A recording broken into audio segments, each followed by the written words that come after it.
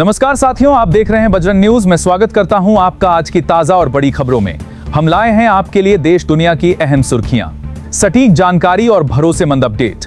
Channel को subscribe करें और बेल आइकन दबाएं ताकि आप रहें हरदम अपडेट। तो चलिए शुरू करते हैं आज की बड़ी और अहम खबरों से।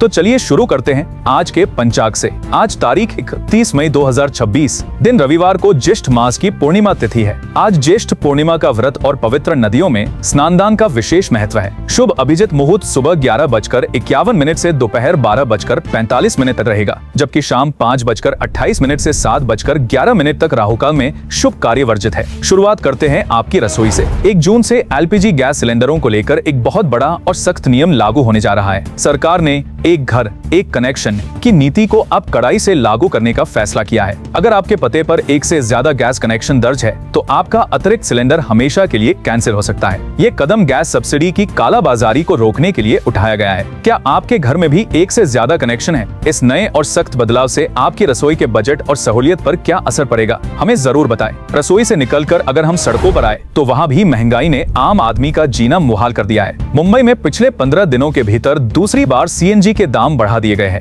2 रुपए की ताजा बढ़ोतरी के साथ अब सीएनजी की कीमत 86 रुपए प्रति किलो हो गई है। आम आदमी तो परेशान ही, ऑटो और टैक्सी यूनियनों ने भी अब सीधी चेतावनी दे दी है कि या तो सरकार दाम कम करे या फिर उन्हें किराया बढ़ाने की मंजूरी दे। अगर किराया बढ़ता है तो इसका सीधा बोझ एक बार फिर आम जनता पर ही गिरेगा। इस लगातार बढ़ती महंगाई को आप कैसे देखते हैं? महंगाई के इस दौर में 1 जून से सिर्फ गैस के ही नहीं बल्कि कई और नियम भी आपकी जेब और जिंदगी पर गहरा असर डालने वाले हैं। यूपीआई पेमेंट्स की लिमिट्स, एटीएम से पैसे निकालने के नियम, आधार कार्ड के मुफ्त अपडेट की आखिरी तारीख और आपके पीएफ खाते से जुड़े कई अहम नियमों में 1 जून से बड़े बदलाव होने जा रहे हैं। हर महीने बदलते इन ढेरों नियमों से एक आम इंसान खुद को कैसे अपडेट रखे? डिजिटल इंडिया के इस दौर में रोजमर्रा के ये बदलाव आपको सहूलियत देते हैं या आपकी दिमागी परेशानी बढ़ाते हैं? कमेंट बॉक्स में अपनी बेबाक राय रखें। नियमों और अर्थव्यवस्था की इन बातों के बीच हमारी आंतरिक सुरक्षा को लेकर एक बेहद सनसनीखेज खबर राजधानी दिल्ली से आई है। दिल्ली पुलिस ने आईएसआई और अंडरवर्ल्ड के एक बहुत बड़े टेरर नेटवर्क का पर्दाफाश करते हुए 9 खतरनाक आतंकियों को गिरफ्तार किया है। चौंकाने वाली बात यह है कि ये आतंकी दिल्ली के एयरपोर्ट और एक बड़े पावर प्लांट को बम से उड़ाने की खौफनाक साजिश रच रहे थे। सुरक्षा एजेंसियों की इस मुस्तैदी से एक बहुत बड़ा हादसा तो टल गया, लेकिन ये घटना हमें याद दिलाती है कि हम कितने बड़े खतरे के साए में जी रहे हैं। इस आतंकी नेटवर्क पर आप क्या कहेंगे? सुरक्षा में चूक सिर्फ जमीन पर नहीं बल्कि आसमान में भी मंडरा रही है। पुणे से नई दिल्ली आ रहे एक यात्री विमान को अचानक लेजर लाइट से निशाना बनाया गया। उड़ान के दौरान पायलट की आंखों पर तेज लेजर लाइट पड़ना एक बेहद गंभीर और जानलेवा सुरक्षा चूक है। विमान में बैठे सैकड़ों यात्रियों की जान एक पल की इस शरारत से दांव पर लग सकती थी। एयरपोर्ट के आसपास ऐसे शरारती तत्वों पर लगाम लगाना प्रशासन के लिए इतनी बड़ी चुनौती क्यों बन गया है? क्या ऐसी घटनाओं को रोकने के लिए और ज्यादा कड़े कानून और सजा का प्रावधान नहीं होना चाहिए? आसमान की इन सुरक्षा चिंताओं से अब जरा उन बच्चों की चिंताओं की बात करते हैं जो अपने भविष्य को लेकर भारी तनाव में हैं। अगर आप या आपके बच्चे सीबीएसई बोर्ड की परीक्षाओं में आए अपने नंबरों से नाखुश है तो आपके लिए एक जरूरी अपडेट है। बोर्ड ने रिवैल्यूएशन यानी कॉपियों की दोबारा चेकिंग के लिए नए पोर्टल की तारीख का ऐलान कर दिया है जो 1 जून से खुलेगा। छात्रों के पास अपने नंबर सुधरवाने का ये एक अच्छा मौका है,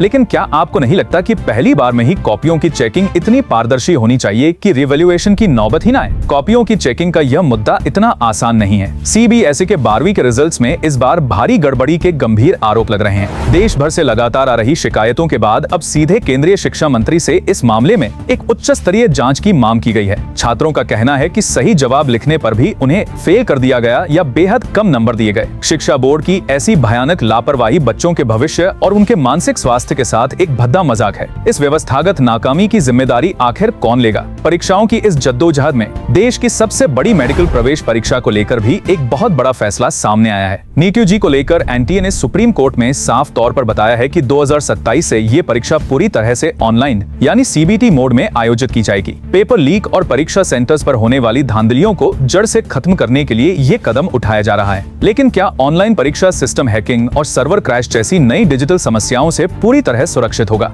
इस नए बदलाव को लेकर आपकी क्या राय है? परीक्षाओं की गर्मी से अलग अगर असली मौसम की बात करें तो कुदरत का मिजाज बेहद भयानक होने वाला है। आज 31 मई को मौसम विभाग ने एक बहुत बड़ा और डरावना अलर्ट जारी किया है। अगले 8 घंटों के अंदर देश के 13 राज्यों में तूफानी आंधी और झमाझम बारिश की सख्त चेतावनी है। इस दौरान हवा की रफ्तार 100 किलोमीटर प्रति घंटे तक पहुंच सकती है। भीषण गर्मी से लोगों को कुछ राहत तो मिलेगी, लेकिन इतनी तेज आंधी बड़े जानमाल के नुकसान का भी कारण बन सकती है। आपके शहर का मौसम इस वक्त कैसा है? क्या आपने इस तूफान से बचने की तैयारी कर ली है? दोस्तों, आगे बढ़ने से पहले बजरंग न्यूज का ये अंदाज, ये ठहराव और खबरों को गहराई से समझने का हमारा ये तरीका पसंद आ रहा है तो इस वीडियो को अभी एक लाइक कर हमारे चैनल को सब्सक्राइब करें और बेल आइकन प्रेस करना न भूलें। तो चलिए अब आगे बढ़ते हैं।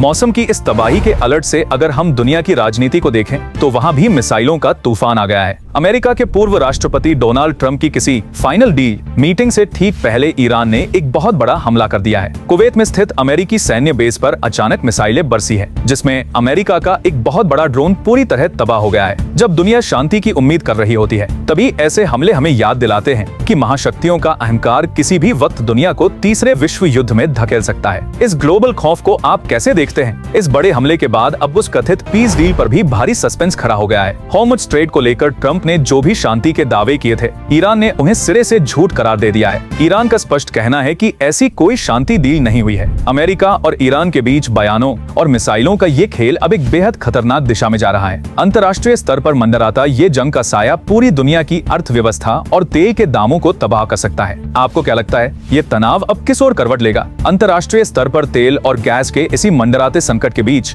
भारत के लिए एक बहुत बड़ी और सुखद खबर आई है। ऑयल इंडिया लिमिटेड ने राजस्थान के दांडेवाला फील्ड में एक बहुत बड़े नए गैस भंडार की खोज की है। ये खोज भारत की ऊर्जा जरूरतों और भविष्य की आत्मनिर्भरता के लिए एक मील का पत्थर साबित हो सकती है। अगर हम अपने ही देश में ऐसे गैस और तेल के भंडार खोज लेंगे तो विदेशों से महंगे आयात पर हमारी निर्भरता काफी हद तक कम हो जाएगी। स्वदेशी ऊर्जा संसाधनों की इस अहम खोज को आप देश के लिए कितना जरूरी मानते हैं? विकास और आत्मनिर्भरता की इन बातों के बीच सिस्टम की नाकामी से होने वाले हादसों का दर्द कभी कम नहीं होता। हमीरपुर पुल हादसे के पीड़ितों को 50 लाख रुपए का मुआवजा देने की मांग अब जोर पकड़ रही है। समाजवादी पार्टी ने प्रशासन को एक ज्ञापन सौंपा है, जिसमें पीड़ितों के परिवारों के लिए मुआवजे के साथ साथ सरकारी नौकरी, आवास और बच्चों के लिए मुफ्त शिक्षा की भी मांग की गई है। पुल का गिरना कोई प्राकृतिक आपदा नहीं, बल्कि भ्रष्टाचार का सीधा नतीजा होता है। क्या महज चंद लाख रुपए देकर किसी की जान की कीमत चुकाई जा सकती है? भ्रष्टाचार और व्यवस्था की खामियों से अगर हम आस्था के केंद्रों का रुख करें तो वहाँ भी पैसों का खेल चल रहा है। बद्रीनाथ और केदारनाथ धाम में अब वीआईपी दर्शन के लिए आधिकारिक शुल्क तय कर दिया गया है। मंदिर समिति ने इसके लिए 1100 रुपए की सहयोग राशि निर्धारित की है। भगवान के दरबार में भी अगर पैसे देकर दर्शन जल्दी मिलने लगे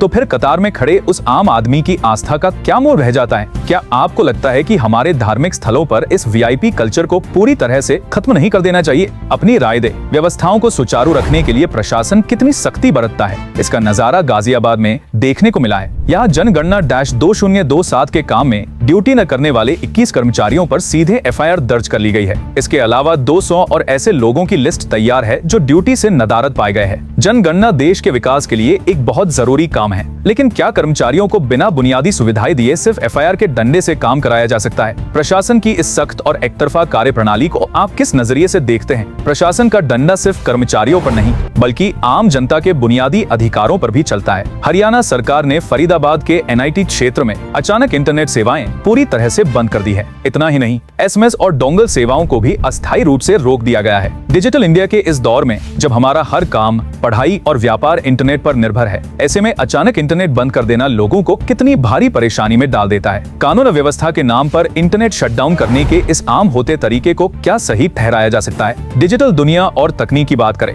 तो आर्टिफिशियल इंटेलिजेंस अब बड़ी कंपनियों को भी खून के आंसू रुला रहा है। हाल ही में एक बड़ी टेक कंपनी का आय का बिल देखकर होश उड़ गए। महज एक महीने में कंपनी को 4200 करोड़ रुपए का भारी भरकम बिल थमाया गया है। इसी बेतहाशा खर्च को देखते हुए माइक्रोसॉफ्ट ने अपने एआई मॉडल क्लॉड को भी कैंसिल करने का फैसला किया है, जो एआई इंसानों का काम आसान और सस्ता करने आया था। क्या अब वो अपने भारी खर्चों की वजह से कंपनियों के दिवालियापन का कारण बन जाएगा? तकनीक के इस डर के बीच उत्तर प्रदेश के युवाओं के लिए सरकारी नौकरी की एक बहुत अच्छी खबर आई है। यूपी में 2759 नए पदों पर बम्पर भर्ती का आधिकारिक ऐलान किया गया है। ये उन सभी युवाओं के लिए एक सुनहरा मौका है जिन्होंने पीईटी परीक्षा पास कर रखी है। पात्र उम्मीदवार इसके लिए तुरंत आवेदन कर सकते हैं। लंबे इंतजार के बाद जब सरकारी नौकरियों के दरवाजे इस तरह खुलते हैं तो लाखों बेरोजगार युवाओं की आंखों में एक नई उम्मीद जग जाती है। क्या सरकार को ऐसे रोजगार के अवसर और ज्यादा नियमित रूप से नहीं निकालने चाहिए? देश के भीतर रोजगार की बात के साथ ही सीमाओं की सुरक्षा भी उतनी ही जरूरी है। पश्चिम बंगाल से सटी सीमाओं पर अब फेंसिंग का काम काफी तेज हो गया है। केंद्रीय गृह मंत्री अमित शाह का पूरा फोकस बॉर्डर ग्रिड को मजबूत करने पर है। सर क्रीक और हरामी नाला जैसे बेहद संवेदनशील इलाकों में